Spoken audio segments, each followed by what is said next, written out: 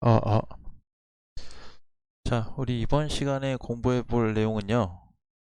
어, 저도 요거를 공부하면서 굉장히 이제 좀 생소했던 부분들이 있었고, 그리고 굉장히 놀랄 만한 사실을 또 알게도 되었습니다. 그래서 요 회사가 지금 가지고 있는 어떤 흐름, 이런 것들이 앞으로 굉장히 기대가 되어서 좀 가지고 와봤는데요. 자, 지금 요런 시기에 이 코인은 필수 코인이 될 수 있다면 그 가치가 어마어마해질 것 같습니다. 그럼 뭐 이거의 코인에 대해서 한번 살펴보도록 하겠습니다. 자, 요 코인은 바로 어, 메디 블록입니다. 자, 메디 블록인데 같이 공부한다는 좀 생각으로 자, 메디 블록을 제가 좀 살펴보면서 내용을 좀 빨리 알았더라면 정말 좋았을 텐데라는 아쉬움을 좀 가지고 있었습니다. 자, 어쨌든 최초 발행 시기를 보시면 2017년도 11월 13일에 최초네요.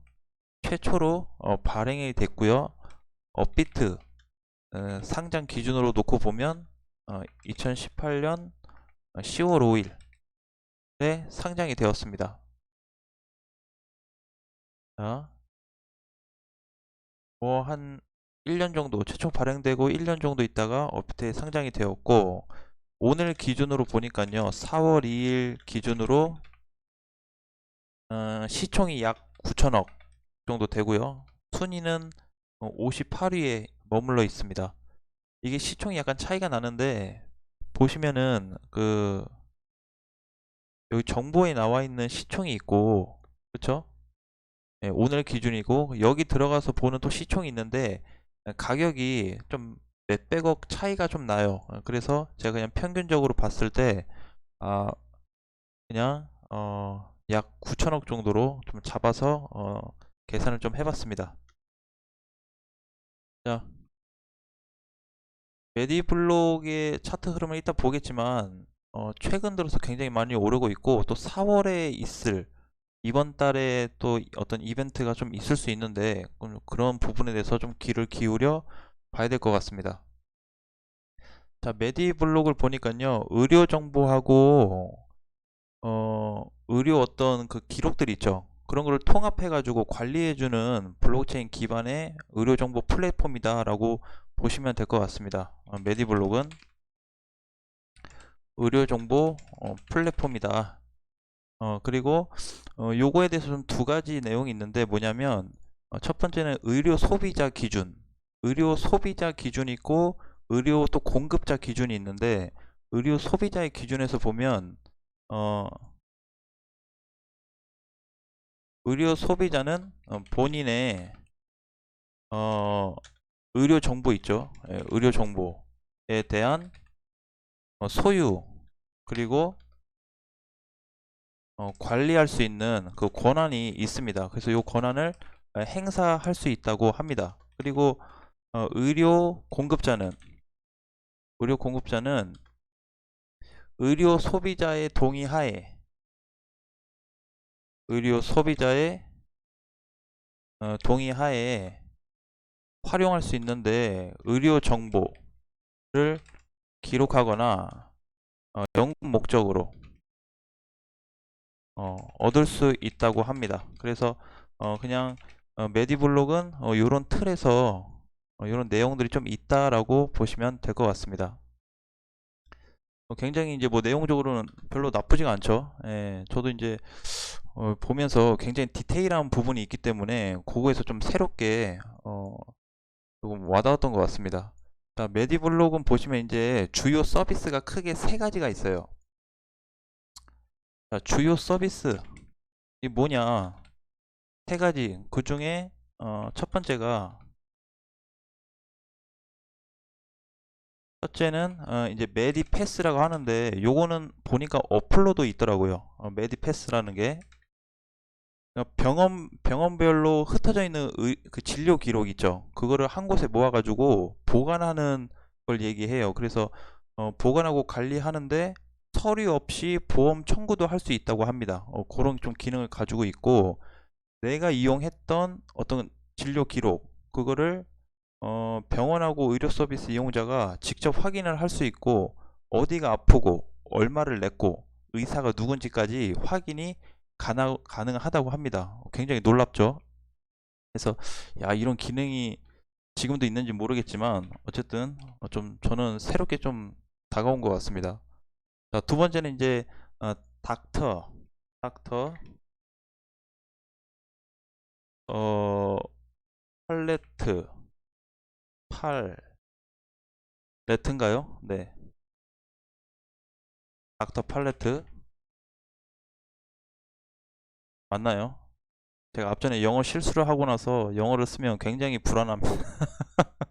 영어 썬더 SUN으로 썼다가 굉장히 그 두려움이 좀 살아나고 있는데 자, 닥터 팔레트는 일단 메디패스 이거 있죠. 첫 번째 거. 요거는 어, 의료 서비스 소비자 기준으로 좀 맞춰져 있다라고 보시면 돼요. 요거는. 근데 요거 같은 경우는 어, 제공자 의료 서비스 제공자의 초점을 좀 두고 있습니다. 그래서 차트나 뭐 접속이 아무 데서나 가능하고 처방 내역을 또 자동으로 추천해 준다는 그런 기능이 있다라고 합니다. 요게.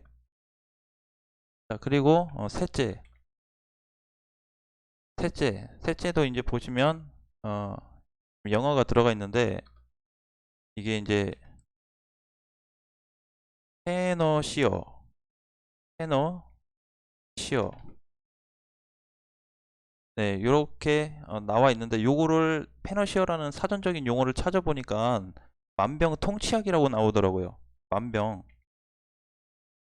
만병통치약이라는 뜻. 자, 그래서 요거는 이제 뭐 좀 정보나 어떤 보안을 좀 극대화시키자라는 뜻인데 환자의 그 모든 의료 기록하고 진료인의 모든 제공 기록을 블록체인을 활용해 가지고 정보에 대한 보안을 활용하자, 좀 극대화시키자라는 그런 서비스의 어떤 내용이 가지고 있습니다.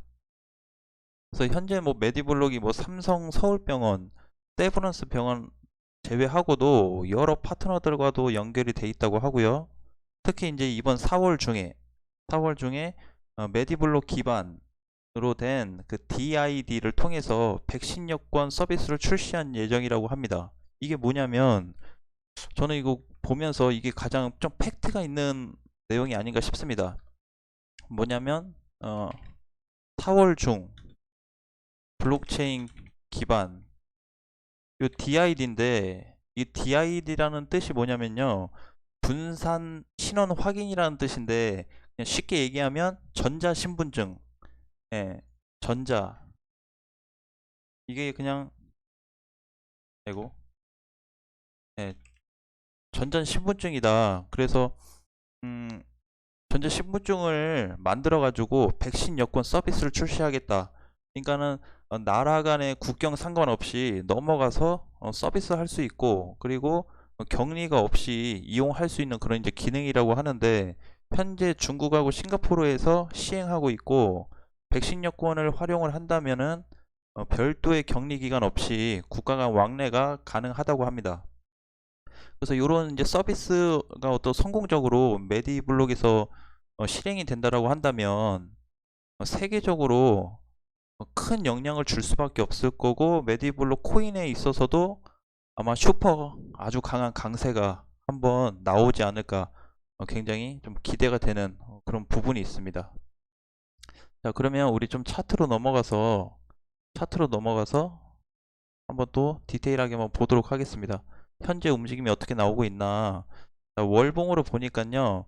얘는 상장했던 후에 정고점을 넘어가면서 저번 달, 이번 달 두 달간의 강세가 이어지고 있는 모습입니다. 근데 어, 최근에 이제 이 슈팅이 나오기 전에 이번 달이죠. 어제 오늘 나오기 전에 흐름이 이렇게 앞전에 횡보가 나왔는데 이런 상승에 대한 흐름을 봤을 때 4월 중에 출시되는 어떤 그게 이제 예정이 아직 며칠 날 공개하겠다고 예정이 없거든요. 그래서 그 내용이 나온다는 어떤 기대감, 그 기대감으로 좀 올라가지 않았을까라는 생각이고 현재 모습으로 본다고 해도 고점까지 많이 올라갔지만 지금 메디블록은 상장 후 최대 꼭대기입니다. 그렇죠? 업비트 기준에서 최대 꼭대기 거의 이제 400원 근처를 갔다 왔는데 분봉상에서 놓고 보면 크게 팔아먹은 흔적이 없습니다. 그래서 요 구간도 놓고 보면 그냥 상승 후에 조정이 일시적으로 좀 나오고 있다고 봐야 하고, 일단은 4월에 나온다는 어, 어떤 백신 여권 서비스 출시에 대해서 우리가 좀 자세히 일단 내용이 나올 때까지는 조금 요 코인을 끌고 가면 괜찮다라고 좀 생각이 들어요. 네, 요게 이제 활성화가 된다고 하면 메디블록이 과연 요 가격대 머무를까요? 집회주로 그냥 넘어가지 않을까요? 그런 생각도 좀 해봤습니다. 내용에 대해서 이게 뭔가 내용이 잘 나오고 활성화가 된다고 하고 성공적으로 기능이 쓸 수 있다고 한다면, 만들어진다고 한다면 우리나라뿐만이 아니고 전 세계적으로 쓰는 거기 때문에 그 가치가 어마어마해질 것 같습니다. 그래서 지금은 정고점이기 때문에 우리가 뭐 딱히 얘를 파냐 사냐 따질 수는 없지만, 한 가지 팩트는 뭐냐면 팔아먹은 매도한 흔적이 없습니다. 팔아먹은 흔적이 없다는 거죠. 그래서 저는 오히려 밑에서 보유하신 분들은 계속 보유를 하고 끌고 가는 관점으로 가져가신다고 한다면, 글쎄요, 요게 이제 저는 그렇게 봐요. 어떤 바이러스들이 나타나서 뭐 나라 간에 뭐 좀 힘들고 이런 상황이 와도 뭔가 이제 해결하기 위해서 많이 노력을 한다는 거죠. 그쵸?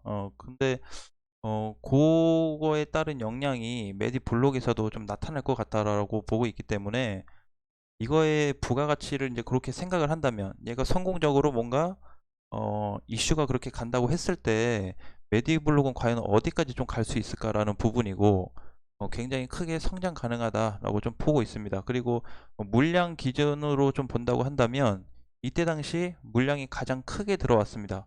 그쵸? 거래량이 많이 들어왔는데 지금도 꼭대기인데 팔아먹은 게 없죠. 오히려 어제 신규 물량이 더 들어왔고요. 네, 그래서 얘에 대한 어떤 상승이 어디까지 잡혀 있을지는 좀 기대가 되면서, 보유하신 분들은 한번 메디블로그 믿고 끌고 가는 관점 대신에, 이제 얘를 믿고 끌고 가도 되는데 이런 데서 사면 어떻게 돼요? 부담스럽죠. 그쵸? 여기서 물리고 이렇게 빠져도 힘들어 하는데 여기서 물린다고 하면 얼마나 힘들겠습니까? 대신에 이제 메디 회사를 믿고 나서 그렇게 뭔가 투자한다고 하면 괜찮은데, 그 회사 믿고 차트 빠지는 거 신경 안 쓰면 괜찮은데 사고 나서 걱정을 한다고 하면 그 잘못된 좀 투자다라고 보고 있습니다. 어쨌든 가장 이제 제가 내용을 좀 보면서 뭐 특징 세 가지도 다 좋지만 의료 뭐 정보 기록도 제공도 하고 그런 플랫폼인데, 가장 중요한 거는 이제 아까 말씀드렸던 DID, 백신 여권 서비스 출시 예정. 그래서 요거에 대해서 굉장히 좀 주의 깊게 볼 필요가 있을 것 같습니다. 그리고 이제 추가적으로 좀 보시면은 저기 어 업비트 기준으로 이제 제가 말씀을 드렸는데, 업비트 기준에서 또 보면 메디블록, 그리고 메타디움도 백신 여권 뭐 개발 사업으로 좀 관련이 돼 있고요. 그리고 하나 뭐였죠? 저기 빗썸에 보시면 바이오 패스포트라고 있습니다. 요것도 어, 그 관련으로 좀 엮여 있죠. 그래서 최근에 좀 시세도 나온 코인이고, 그냥 쉽게 얘기해서 얘도 의료 데이터 제공할 수 있는 건강관리나 의료 여건 앱이다라고 좀 이해하시면 될 것 같습니다.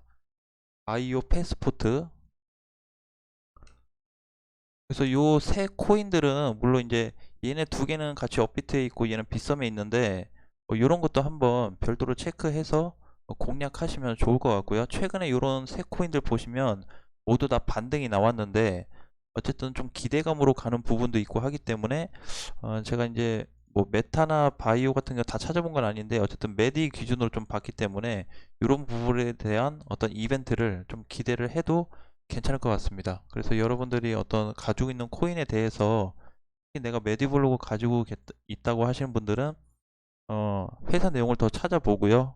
그거에 대해서 좀 가치를 따져보시고, 너무 올랐다 싶으면 비중도 한번 조절할지 아니면 그냥 끌고 갈지 본인이 선택을 해서 대응을 하시면 될 것 같습니다. 자, 여러분, 그러면 이런 내용들을 다 기반으로 했을 때 과연 여러분들의 선택은 어떻게 하시겠습니까? 자, 다음 시간에 다시 뵙겠습니다. 안녕.